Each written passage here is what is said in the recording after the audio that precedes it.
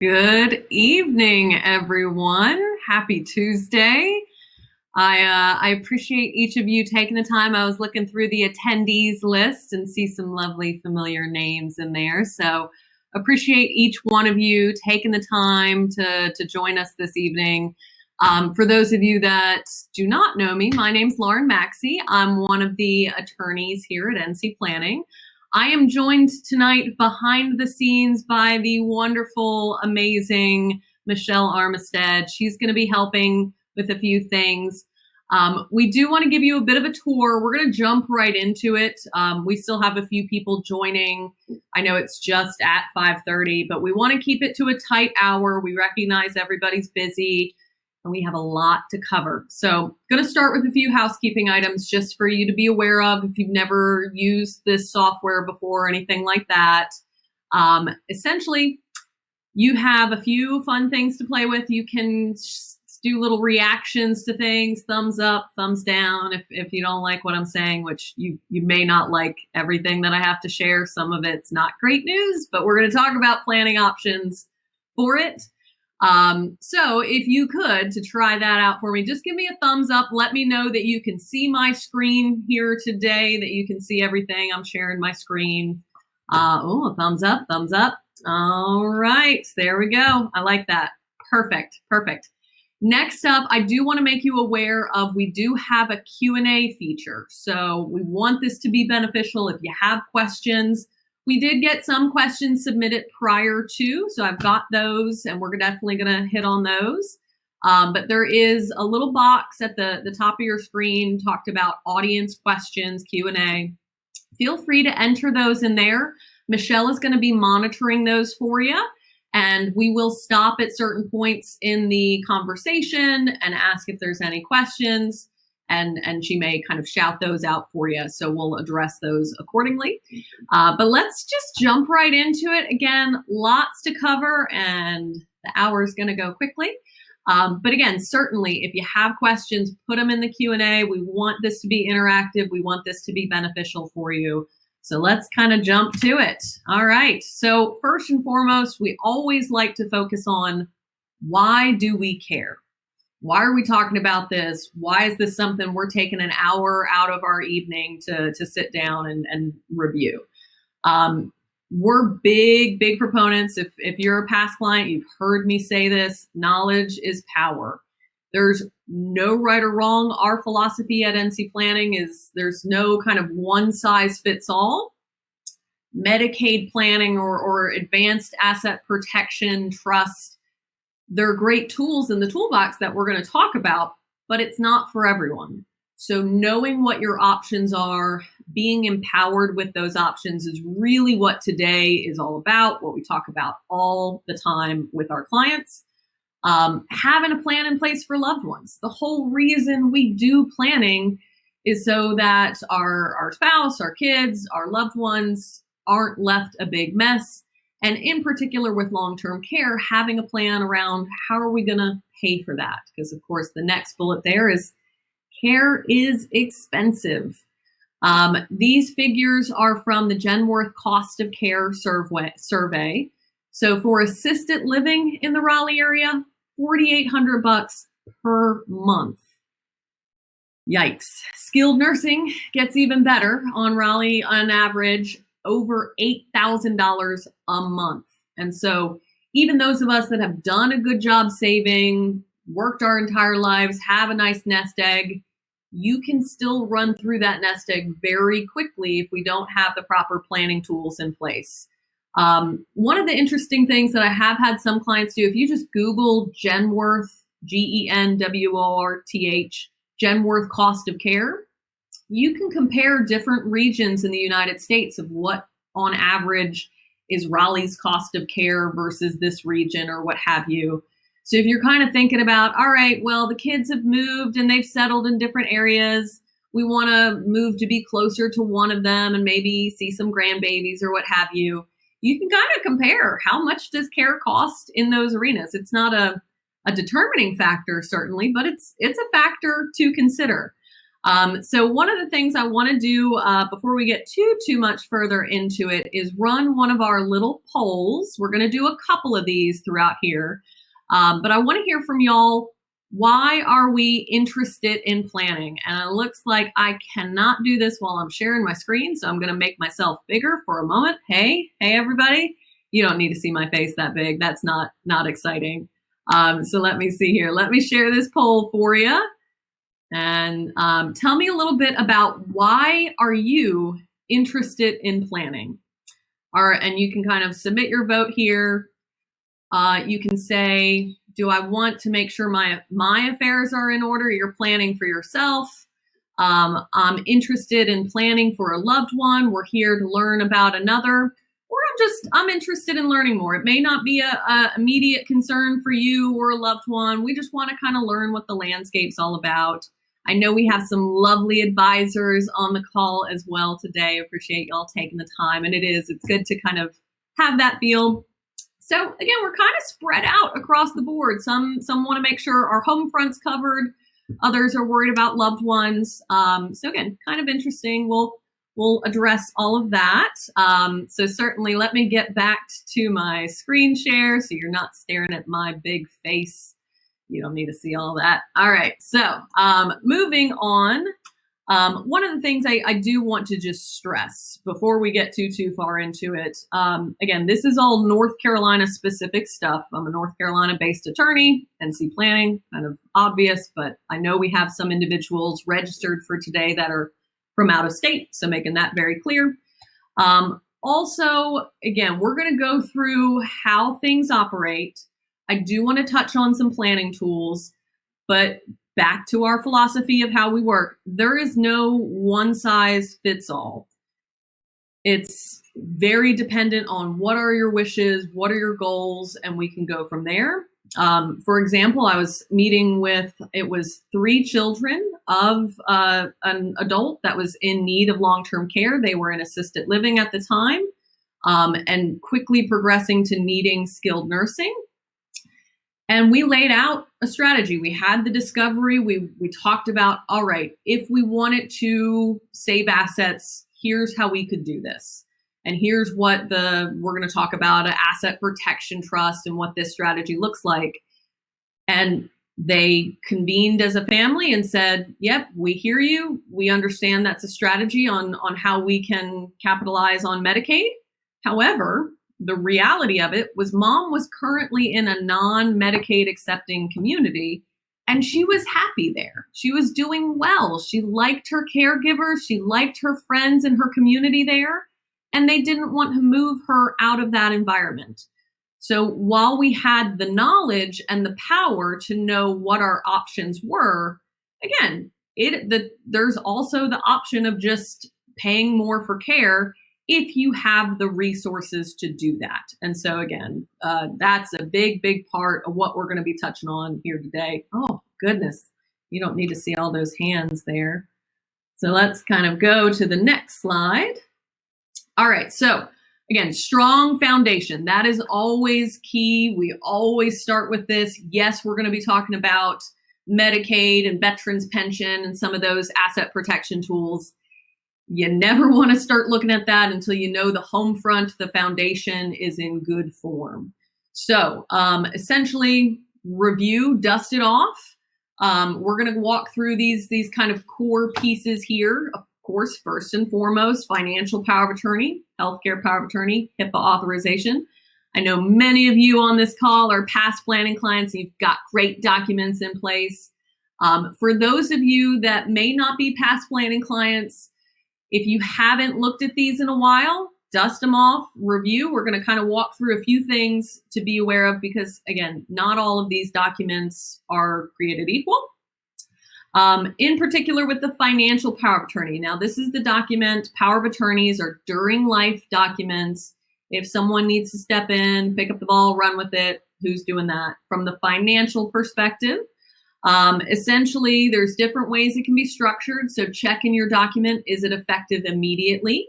Or is it effective only upon your incapacity? Can that person step in?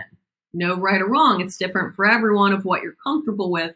but just knowing, and your agent knowing when they have the power to step in. Who are those agents? This is the other big thing. As time passes, years go by, people move, kids get married, all this good stuff. And so who are the best people? Very oftentimes as the kids age, they move up into these roles. So looking at who you're comfortable with there.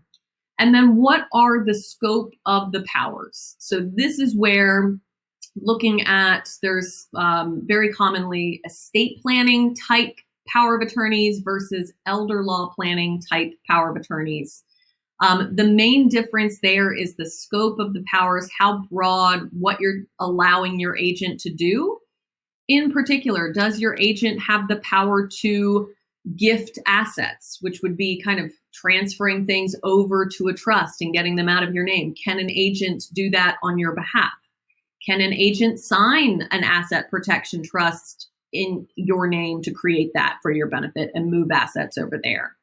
Can they update beneficiary designations and add rights of survivorship to accounts to make sure we're avoiding probate? So again, a little more expansive. That's not as typical for those that aren't worried about moving around assets for long-term care, but just looking at it and seeing what we're comfortable with there and what's appropriate. For example, again, many of our past clients have probably heard me share this story, but with the financial power of attorney in particular, over the past 5-10 years, this is the document that has changed the most. So I sat down with a past client. We were reviewing their plan. They were not a past client at that point. This was our first time meeting. And daughter was trying to take care of mother and step in and help. And mom had a brokerage account. And her old financial power of attorney just said banking transactions. And the brokerage company said, we're not a bank. We can't honor that. So getting a little more detailed, again, not that length is an indicator of quality, but we go into a lot of detail. Those past clients know how our documents are structured. And it's just making sure you've got all of your bases covered and able to step in as needed. On the healthcare power of attorney, again, kind of similar, just reviewing it, making sure you've got your agents in place. This is who would step in and make medical decisions if you're incapacitated. You can have a living will incorporated in there as well, but primarily just making sure we've got a good updated document. One of the questions I do get is, will documents from out of state be accepted in North Carolina? There is a lot of misinformation out there about this. We had a couple come to us. They had moved, I believe it was from Tennessee, if I'm not mistaken. But by the time we met, husband had advanced dementia and wife was kind of taking care of him. And so we were able to update her plan, but due to his advanced dementia, we were not able to update his plan. His plan needed to stay the way it is, the old Tennessee documents, and it was what it was at that point. Fast forward several years later, unfortunately, he was not doing well. Hospice was in the picture, helping take care of him. And hospice gave pushback on the out-of-state document. They said, oh, this is not a North Carolina healthcare power of attorney. We can't accept this. And of course, wife called us upset, saying, what do I do? Fortunately, we had kind of proactively planned. Again, you'll hear me talk about proactive planning. But so long as you have a letter from the attorney out of state saying this is how we do it in Tennessee or whatever state, there's a statute in North Carolina that says so long as it was effectively executed in another state, you have to accept it in North Carolina. So again, we were able to contact and get them to accept it, but you never want to have a loved one have to go through that. If you are able to update, get them in line with North Carolina, great. If not, it is what it is, and we can fight that fight if needed. The HIPAA authorization, again, last piece on this is just making sure you have individuals, whoever you want to be able to communicate with the doctors and advocate. The HIPAA does not have decision-making authority. So it's essentially who you would want to be able to ask questions, stay informed without decision-making authority, and just making sure you've got that list there. Where that really becomes important is if you have multiple kids. And so say you have one child as your primary healthcare agent, The other kids should have a HIPAA authorization. We heard from one of our clients where it was one child was the healthcare agent. She had stepped out of the room.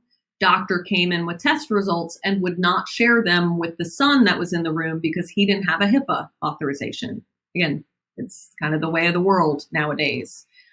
So having that HIPAA authorization, making sure we're in good form there. I am going to do another fun poll. So let's see. I think I know the answers for some of this because I recognize a lot of the names here, but do you have an estate plan in place? I want to see 100. Come on, keep it at 100% for yes. You guys are doing well. I love it. I love it. Oh, one no, two no's. Time to give us a call. We'll sit down and chat. But yeah, it's just dusting it off. Okay, so for those 17, maybe more people that essentially have the plan in place, let's do another little poll here. 4 people without estate plans. We can do it. It's not as scary as it sounds. We can sit down and talk about this. All right, so for those of you that have an estate plan, if you have an estate plan, have you looked at it in the past 5 years? Now, again, for our past planning clients, we kind of force this on a lot of you, like it's time to review. Let's sit down and review it. So I'm expecting high numbers here as well. 3, maybe no. Yeah, it is one of those things that is very easy to just put in a drawer and step away from. So that's why, again, dusting it off, making sure these things are up to date, so incredibly important there. So we'll kind of continue on talking about a few of these items, but again, just making sure. I am going to touch on some of these key communications. I know, again, we talk a lot about this with our clients, but so important. The key financial communications. Now, certainly if you have a financial advisor, I know we've got some lovely advisors on the presentation here today. They can do a lot and really help kind of quarterback and know where things are. But making sure you have an advisor that knows your whole picture and it's not just someone that's helping with selling you an investment and you never talk to them again. That's not a true relationship advisor, so to speak. So kind of walking through this, financial, first and foremost, having a cheat sheet of where are assets. Can't tell you how big of a benefit that is. Frankly, one of my first estates that I worked on after a gentleman had passed away, he was a single gentleman, had no kids, was very private, which is all A-okay, but he had named his brother as his administrator, his executor on his estate, and brother had absolutely no clue where anything was. And so what left us to do is, one, we were trying to get into his computer, which we could not hack in. We did not have the logins and passwords, which is another thing I want you to put a list together on. We had to send out letters to financial institutions within, I believe it was like a 25-mile radius of the house to see, hey, do you have any assets belonging to this individual? So it's tedious to go through at first, but just a little cheat sheet of where are assets. You don't need account numbers on that. Don't even need balances. It's just, hey, I have a checking and a savings account over at this bank. I have investment accounts over here, retirement accounts with this, pension over here. And just, again, so if someone needed to step in, pick up the ball and run with it, they know where they need to look. Additionally, what are some ongoing expenses? If someone needed to step in, we don't want things to get dropped or interest to accrue just because we didn't know a payment needed to be made. So having that communication. Logins and passwords I touched on. A lot of my clients use LastPass or RoboForm or one of those online password keepers. That can be very helpful there. And then again, a fireproof, waterproof safe in the home.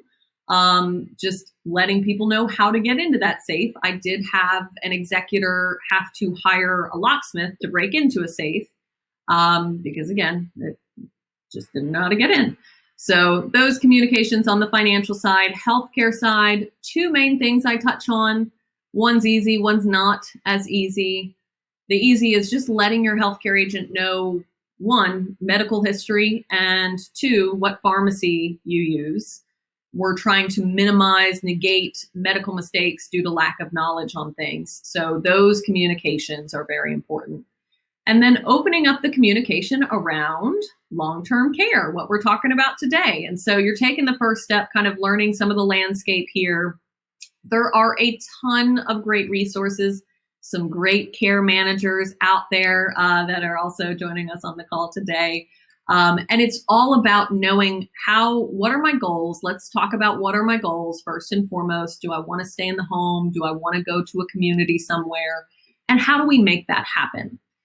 Additionally, how do we pay for that? So that's the other big thing. We're going to talk a little bit about this, but I want to hear from y'all. Another poll. I swear I'm going to slow down on the polls here. But let's see. If you needed some long-term care, what would be your preference? Do you want to receive care in the home from a loved one that's acting as a caregiver? Do you want to receive care in the home from a professional caregiver? Or would you rather move to a community and receive care there? Again, there's different strokes for different folks. I had one client say, use every last penny to keep me in my house. That's what I want. I've already raised my kids and they don't need any more money. Use my money to take care of me. I had another individual say, you know what, if I have advanced dementia and I don't know where I am, it's okay to put me in a memory care unit. Here's some things that I would look for. I've toured these communities. Here's some things that I appreciated when I toured certain communities or what have you. So all about empowering. Looks like the majority of individuals are interested in receiving care in the home from a professional caregiver. And again, that's pretty common. So essentially, we'll kind of touch base on some of these items of options for long-term care first. So let's kind of share our screen again. Right. So what are our options for long-term care?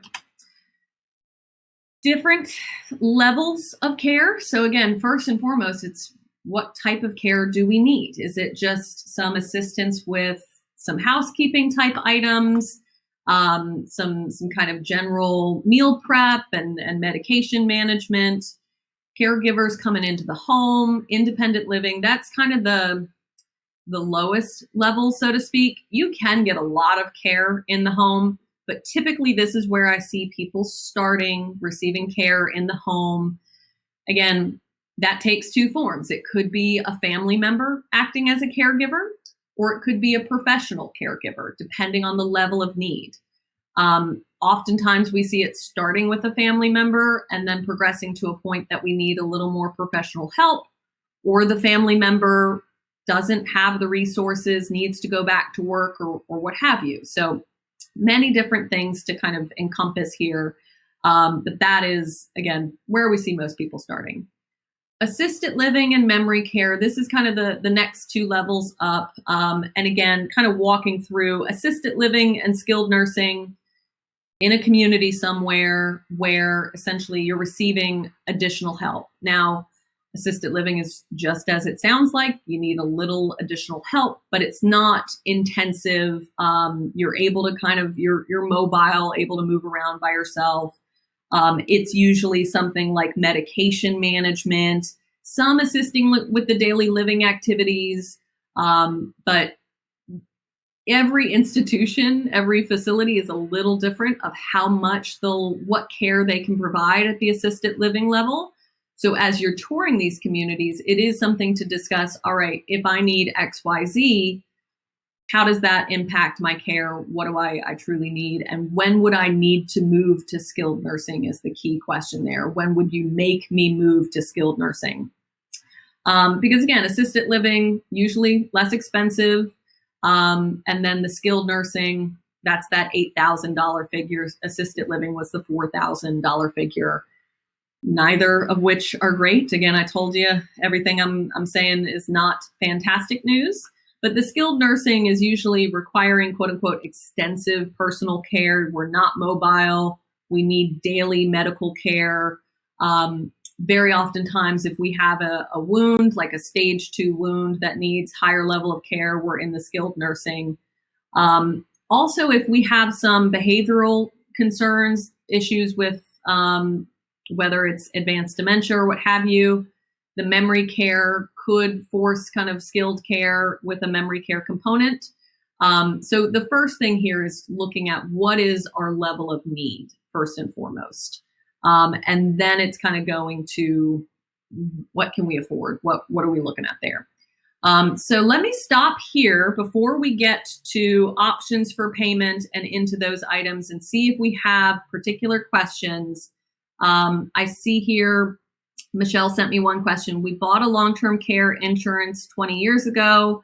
Premium keeps going up every year, yet we haven't had a chance to use it. But now the chance of needing it is getting more likely. Are there any options we can continue? So that is more of a financial advisor question, but I can talk very, very high level on it. Long-term care insurance is no longer the world that it once was. It used to be kind of a use it or lose it policy mentality. Now there are many more options, hybrid policies and things like that of you can essentially have a long-term care policy tied up with a life insurance policy. So if you use it for long-term care, great. But if not, there's a death benefit associated with it and you don't lose everything. Now, where a financial advisor would come in is they can kind of look at what type of policy you have and consult, can it be converted into one of those more flexible policies? And again, it's taking a step back. Everyone's financial picture is different. And so I have some clients long-term care is great for, they get a ton of benefit from it. Other clients, they've decided with their financial advisor, we're just going to invest this certain pot of money, so to speak. We've got this siloed off, and this is our long-term care bucket. And so we're going to invest that in the market, but we're not going to touch it. It's only there if we need long-term care. And that's kind of their policy, so to speak. But Michelle, do we have any other questions at this point other than that one that you sent me? I do not have any, any other questions in the attendee chat yet. Perfect. We'll keep on rolling then. Doing well on time, so we're doing good here. So let's talk about payment, because again, our wishes are certainly something we want to focus on and talking about dream scenario. What do we want to have happen? The payment options, unfortunately, is a very real thing we need to think about of, can we afford what we want to have happen? So again, options are, of course, private pay, just out of pocket. And planning to do that, having that part of your financial plan. Long-term care insurance, to that question's point, is a very valid option there. We have a lot of clients that have that. The other kind of governmental benefits that we're going to focus on and slow down a little bit with is veterans pension and Medicaid. So private paying, long-term care, those again are more in the financial advisor's realm. And certainly if we're planning well out in advance, in our 40s, in our 50s, we're still kind of growing our wealth. We don't really have huge concerns on a long-term care event anytime soon. Let's save and look at our budget and how can we try and essentially prepare for a long-term care event. Financial advisors have fantastic tools for running simulations and looking at, are we okay if we need to pay $8,000 a month, $10,000 a month, $12,000 a month? I've seen, depending on the community, it can get very expensive. So again, being empowered and proactive with it. But the veterans pension, there are surviving spouse benefits as well. We're going to talk about that first here in a moment. Medicaid, again, governmental benefit administered at the state level, but even little quirks from county to county within North Carolina. So again, we'll kind of talk about this. A common misconception as well is, oh, well, Medicare is going to take care of this. Medicare does not help with long-term care needs. So they will cover the first, I believe it's the first 20 days. And then from days 20 to 100, there's a copay that you have to pay. After 100 days, it's up to you on your finances to pay that $4,000, $8,000 a month. So again, we just want to plan proactively, look at what our resources are here. So first and foremost, let's talk about veterans pension. For those of you that know me, know I'm a VA accredited attorney. Love talking about this stuff because it's so commonly misunderstood or not looked at all as a resource. So if you are a veteran or the surviving spouse of a veteran, this is something we want to be looking at because it is much more flexible than what I'm going to talk about next with Medicaid. But essentially, it is a needs-based program. We look at the military, the medical, and the monetary needs. It's called the 3 M's, military, medical, monetary. From the military's perspective, and this is where a lot of the confusion pops up, essentially, the vet does not need to ever have even seen active duty combat or anything like that. They just have to have been, quote unquote, active duty during a wartime period as designated by Congress. And we can send you some handouts after the seminar today, which goes through all of this. Frankly, the veterans pension and Medicaid by themselves can be hour-long presentations. So this is a very high-level review, but active duty, 90 days during a wartime period, discharged in a manner other than dishonorably. So one of the things you can do proactively here is look for your DD-214 form, Dog 214. That's your discharge paperwork, and that has all the information you need on there of dates of service and manner of discharge. So usually the military service is not a huge issue. If someone served our country, what I want you to be careful of, there is a gap between the Korean War and the Vietnam War, where some people do fall into that gap. So looking at the dates of service first and foremost, the level of medical need directly corresponds with the maximum benefit that we can receive. So it's kind of funny, silly. If you're over 25, you're quote unquote presumed to be disabled for this program, and you receive at least, you are eligible for what's called improved pension, the baseline amount. If your medical needs increase, you can receive what's called housebound. If you're housebound, just like it sounds, you're substantially confined to your home. The highest level is called aid in attendance, and that is where you need assistance with 2 of the daily living activities.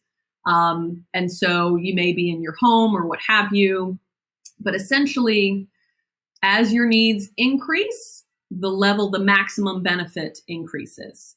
So the maximum benefit for a veteran in 2021, I have to write these down because they change every year, is at the aid in attendance level for a veteran, $23,238 a year, which essentially is $1,936.50 per month. Pretty nice. Aid in attendance for a surviving spouse in 21 is $14,934, or essentially $1,244.50 a month. So a little less for the surviving spouse. Again, I can send you handouts with all this information on it. And we will be recording today's seminar. I should have mentioned that earlier. So certainly welcome to take notes, but we'll be sending this out as well. You can kind of, if you need some good sleepy time music to hear Lauren's voice lull you to sleep, you're welcome to play that and just learn it by osmosis. But essentially there, again, we're not talking about buku bucks, but $1,900 a month, $1,200 a month can really help stretch what we have. So if we are in our house and just having caregivers come into the home, we can look at how to capitalize on VA pension to kind of stretch what we have. The whole reason we do this proactive planning, asset protection planning, it's not about saving buku bucks. It is so that we can have a higher standard of care for a longer period of time. Given the numbers of what care costs, that's what it's all about. The monetary resources, that third M, so to speak, again, this is a needs-based program. So they're going to look at your net worth and they are going to look at your income. Net worth is not as hard and fast. Essentially, you can kind of do some things. There's only a 3-year look back as stated there. But essentially, net worth, you're around 129,000 of countable resources that you and your spouse collectively as a unit can have. So again, it's not a ton of money, but if we do some proactive planning, you can kind of set some aside. We're going to talk about some of the tools in the toolbox, but net worth of countable resources, roughly 129,000 that you're allowed to have. If you're below that and you meet the income thresholds, you can qualify for this benefit. Again, it's looking at your particular picture. This is something where when someone either goes into assisted living, skilled nursing, memory care, usually they're going to quickly meet the income qualifications, and I'm not going to go into all of that. It is kind of a particular qualification, but essentially your out-of-pocket unreimbursed medical expenses, as those tick up, it becomes much more likely that you're able to capitalize on this VA pension program. So give us a call if you or a surviving spouse are interested in learning more about this. Happy to sit down and look. It's just one of those things. So many people say, oh, well, I had a gentleman come in and he said, I called up the VA and they said I didn't qualify. Well, that's because he had about, at that time, 200,000 sitting in the bank. And so his net worth was too high. What he was not told was essentially when you pay out of pocket or move things around, he had been paying for a caregiver to come into the home. After some time, he was able to qualify. And so it's, again, just being empowered, knowing about how that works. Let me see here. I've got a few questions from Miss Michelle. So we see, can a family member provide the care of a surviving spouse? Yes, that is pretty common. So what we do, especially for the VA pension, this is kind of one of the planning tools we'll talk about, is you want to have something like a caregiver agreement in place. But if you're just providing care for your surviving spouse, it's not really a strategic spend down type tool, because moving assets from one spouse to another doesn't do anything for veterans pension or Medicaid. You are looked at as a unit for your net worth. So essentially, usually I see it being a child as a caregiver, and we're paying the child and getting money out of their name, paying fair market value for those services. What you want to be careful with is you don't want to just gift things out of your name without having a strategy in place.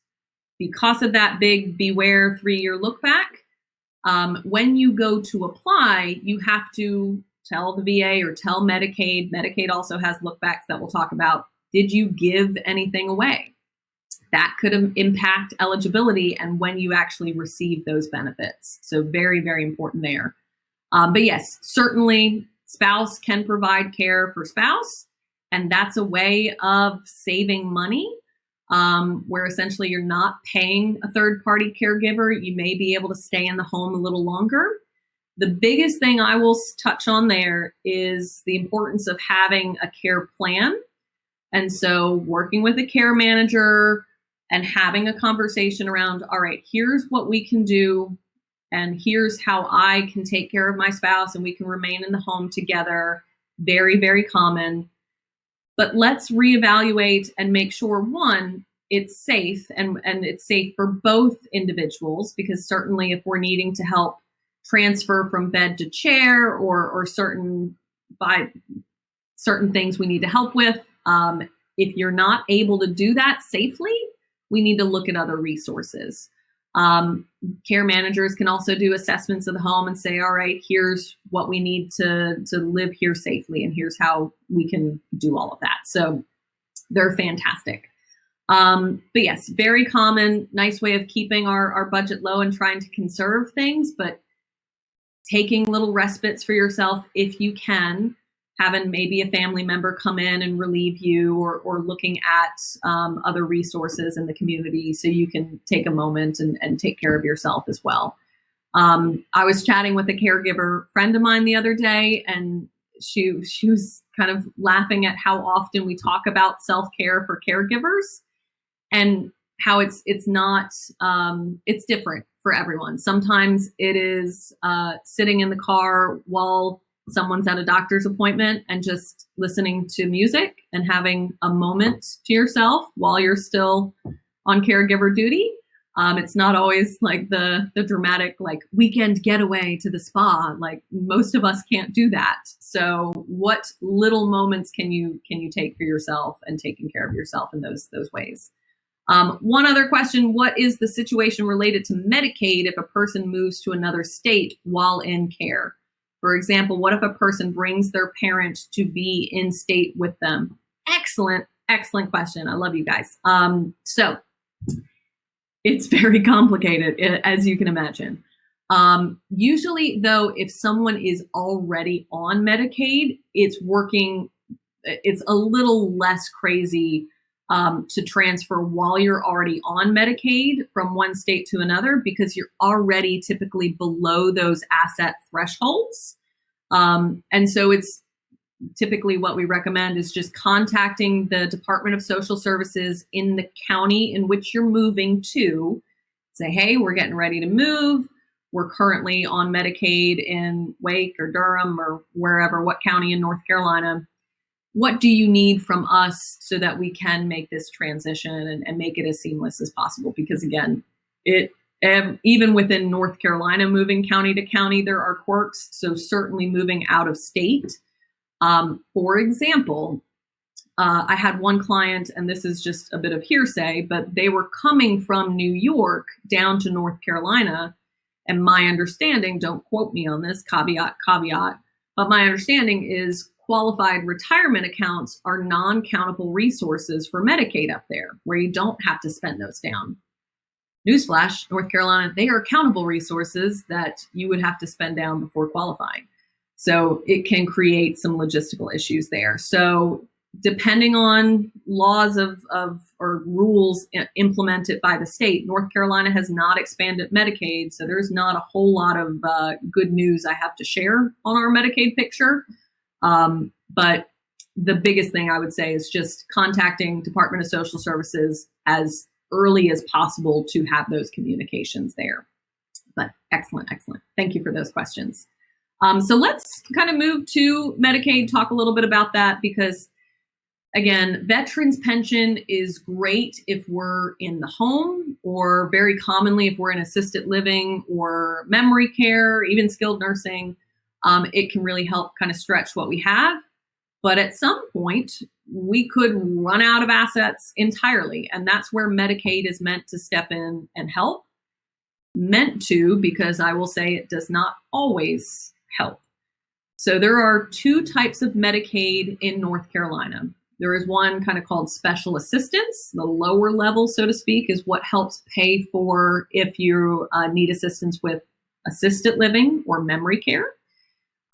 There is essentially a type of Medicaid for skilled nursing in particular, the aged, blind, and disabled type of Medicaid. So special assistance, aged, blind, and disabled. Special assistance, openly, we don't work with as often because most people that I talk to don't qualify for it. So if you've spent all of your assets and you have nothing left, but you can't qualify for special assistance, we are in a really, really tough spot.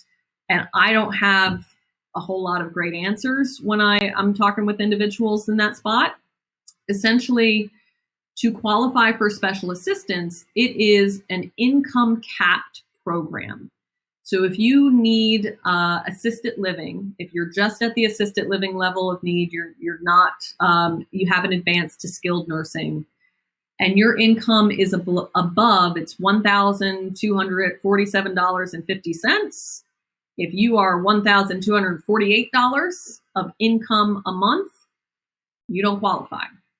So most clients that I chat with who either have a decent Social Security and maybe a little pension coming in, oftentimes we're above that amount and we're not going to qualify for special assistance. Memory care is a little higher. It's $1,500 and some change a month income cap. So again, this is why proactive planning is so important. Get out ahead of it so you're not caught in between a rock and a hard place with this. The Medicaid that you more so commonly hear people talking about is the one for skilled nursing. There is no income cap for that, really.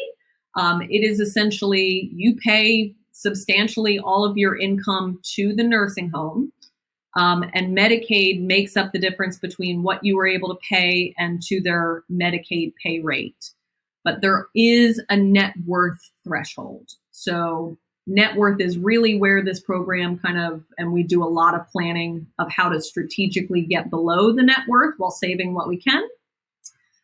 So essentially their net worth for a couple, 3,000 of countable resources for an individual, 2,000 of countable resources, not a whole lot. And again, spouses' assets are considered. You're looked at as a unit. So simply moving assets from one spouse to another does not cut it. For special assistance, you have a 3-year look back, which means, and what that looks like is when you go to apply for Medicaid, you submit your application, you think you qualify or think you're getting benefits. If you've gifted something away, say you gave, your IBM stock to the kids, and that was only done 2 years ago. They will essentially, you're bound to report that to them. They do take a fine-tooth comb to past financial statements, bank statements, all of that good stuff. But essentially, when you go to apply, you need those benefits. They say, you shouldn't have given away that stock. That's something that could have helped you pay for care. So now that you need Medicaid and you technically meet those qualifications, we're going to sanction you and make you wait a commiserate amount of time with how long we think that should have paid for care. So the rough figure is for $6,000 of a gift that you made, you have to wait 1 month and figure out some other way to pay for care because we're not paying for it. So avoiding sanctions, it's a 5-year look back with Medicaid for skilled nursing. Incredibly, incredibly important. Also, if you do not do proactive planning, if you have a house that's just sitting in your name, the state of North Carolina can come in and take the house after you've passed away. So again, there's a lot of misinformation out there of, I don't want them to force my spouse out of the house or force the sale of the house. They can't really kick your spouse out. It is after you pass away and no one's living there. They are a creditor of your estate, and they essentially can force you to through an estate proceeding, foreclose and recoup their costs. They're essentially trying to recoup what they spent on your care. So proactive planning can avoid that. Let's talk about some of these tools. I know we're coming up on about 10 minutes left, and I do want to save some time for questions. How are second marriages looked at in terms of assets? How are second marriages looked at in terms of assets? Same thing. If you are legally married, your assets count. It doesn't really matter about prenups or things like that. Medicaid doesn't care. So what's mine is yours and yours is mine, and everything belongs to Medicaid, unfortunately. So we can do some proactive planning. Let's talk about some of these solutions, these planning tools. And then again, we'll open it up for some more questions. The Asset Protection Trust, y'all heard me refer to this earlier. Again, it's not for everyone, but when it makes sense, it makes a ton of sense.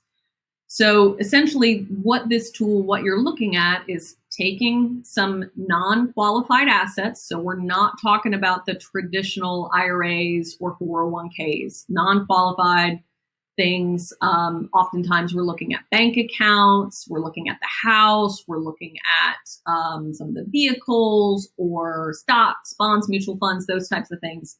chunking those, transferring, gifting those into an asset protection trust. It's an irrevocable trust, out of your name, out of your control. You are not the trustee. You are not the beneficiary of that trust. You're basically giving it away. But the terms of the trust, you set some confines around it. Very oftentimes, it's a child or multiple children acting as trustee, managing those assets.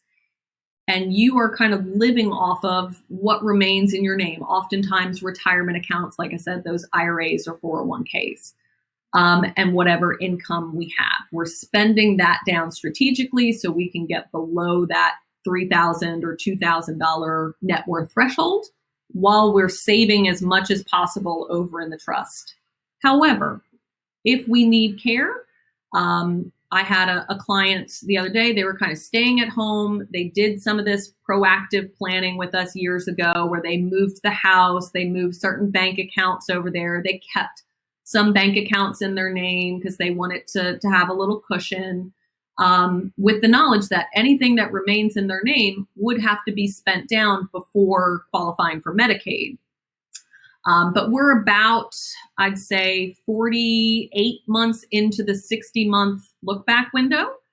And now we kind of need some more advanced care. We're no longer able to stay in the home. We're going into skilled nursing.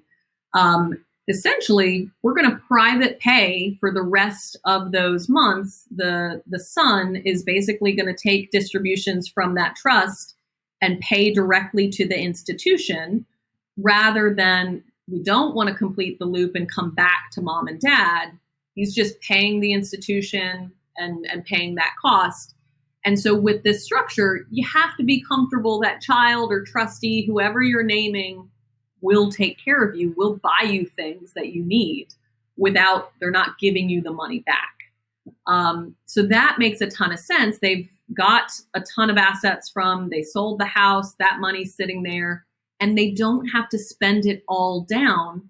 Essentially, when we hit the 60-month mark, 5 years and 1 day down the road, they can go qualify for Medicaid if that's what they want to do, if they're in a Medicaid accepting community.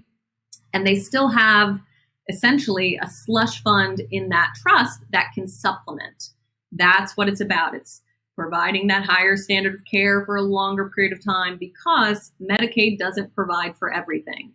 There are some simple things like certain dental procedures that Medicaid does not cover. Certainly therapeutic cares that you may want your loved one to have, Medicaid may not cover.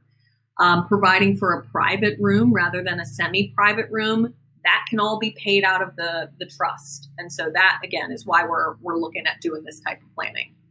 I do have one question. Does Medicaid consider common law marriages as married for asset calculations in North Carolina or just legal marriage license? Good question.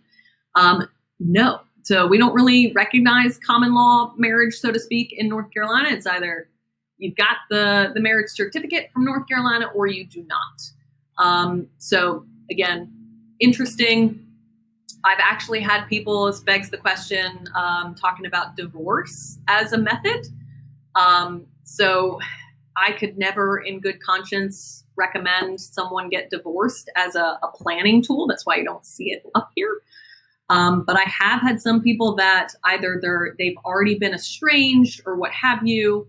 You do have to go about it properly. So I'm not a family law attorney, but again, there is that equitable distribution of assets. So you can't just get divorced and give everything to one of the spouses that doesn't need the care. You will get in trouble for that. Essentially, you have to equitably distribute the assets, and how to do that, talk with a family law attorney. Again, most often I don't see people going to those extremes because we have these options here of how you can move assets around. If you are proactive planning, asset protection trust all day long, when it's appropriate. So taking a step back, I did sit down with a couple of past clients of mine. They got a flyer in a mail from another firm. Scary statistics. Again, you that know me know I'm not interested in scaring people into a plan. And between the two of them, they had about 3 to 4 million of liquid assets and they wanted to learn about a Medicaid asset protection trust. And so we sat down, we talked about it. But those that have that high net worth most likely are not going to want to move into a Medicaid accepting community. Most often, like that survey indicated as we were initially talking, most people want to age in their home. And so let's look at planning for how we do that. Medicaid doesn't really help with that. So what are our goals? What can we afford if we need to worry about needing Medicaid? Or it's just something you want to have the option of. I was meeting with a couple, husband had early onset of Alzheimer's, and he was in his 60s and doing well otherwise. And so we needed to save as much as we could for his spouse in case she needed something down the road. And so that's where this starts to make a lot more sense. Everybody's different.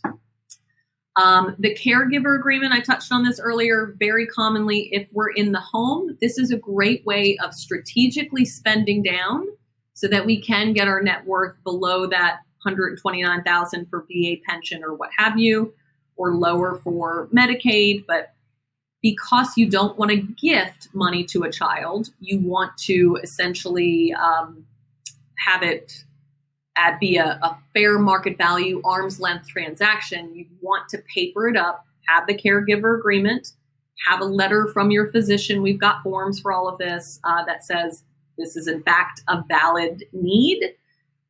It's not just a papered up transaction. This is something this person truly needs.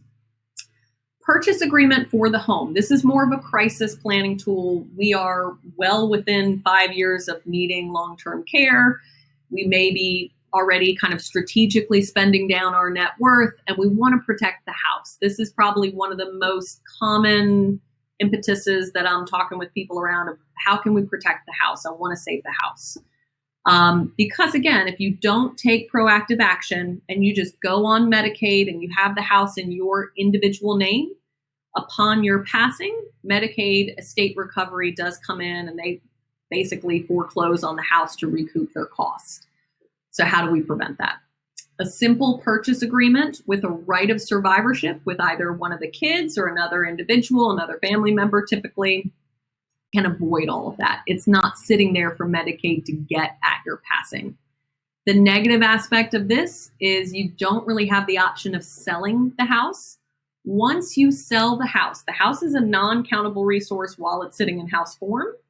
Once you sell it and it becomes liquid assets, it goes from non-countable to countable that has to be spent down before you can qualify for these benefits. So before doing this type of planning, again, we need to sit down and look at what's our timeline. Are we going to need to sell the house to help pay for long-term care? So very commonly, we're going to need to sell the house to help pay for assisted living because that's what we need first. Very commonly, we don't go immediately to skilled nursing, but we don't have enough assets to pay for assisted living out of pocket. The house is very commonly, we have to liquidate it, and then it comes into our name, and all of that would have to be spent down before qualifying. So does it make sense? Let's talk about that. One of another kind of easy common planning tools is taking countable resources, those liquid assets, and converting them to non-countable form. So there's two things here I want to touch on. And again, I know we're getting up on time. Medicaid compliant annuities are really great planning tools when appropriate. Essentially, it's taking assets, and this is most common when we have spouses. So say husband needs long-term care, wife is doing well, and she's still living on her own. They have a substantial amount of net worth above that $3,000 countable resource. Essentially, we can take some net worth from husband, move it over into wife's name individually. That does nothing. There's not a sanctionable transfer between spouses because you're a unit. But then the magic is you take that net worth that is in wife's name and convert it to an income stream. Because as I touched on, there's not an income cap and they're not looking at the non care needing spouse, the non-institutionalized spouse, they're not looking at that income. So you can have all the income in the whole wide world and still qualify for Medicaid.